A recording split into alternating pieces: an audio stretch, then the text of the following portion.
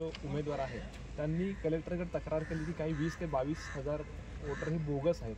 त्याला उत्तर काय असणार हा? मला काहीच उत्तर द्यायचं नाही. मला असं वाटतं की राजकारणातला हा प्रचंड पद्धतीनं अपरिपक्वता आहे.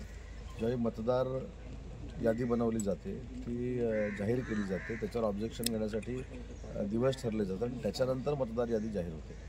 त्याच्यामुळे आता ह्या सगळ्या गोष्टी ज्या आहेत, काही लोक म्हणतात आता EVMमध्ये घोटाळा आहे म्हणजे पायाखालची वाळू सरकलेली आहे, काही म्हणतात 22,000 लोक जादा लावलेली आहे. शेवटी पोलिंग एजंट असतात ना, स्वतःचा पोलिंग एजंट जर बूथवर असेल तर ह्या गोष्टी घडणारच नाहीत. याचा अर्थ काही लोकांना पोलिंग एजंट देखील बसायला मिळत नाहीत हे त्यांनी काल सिद्ध करून दाखवले. बरं, शेवटचा मुद्दा तुमच्या मतदारसंघात तुम्ही 5व्यांदा लढताय आणि राज्याच्या ज्या प्रमुख लढती आहेत त्यापैकी एक आहे रत्नागिरी संगमेश्वरची.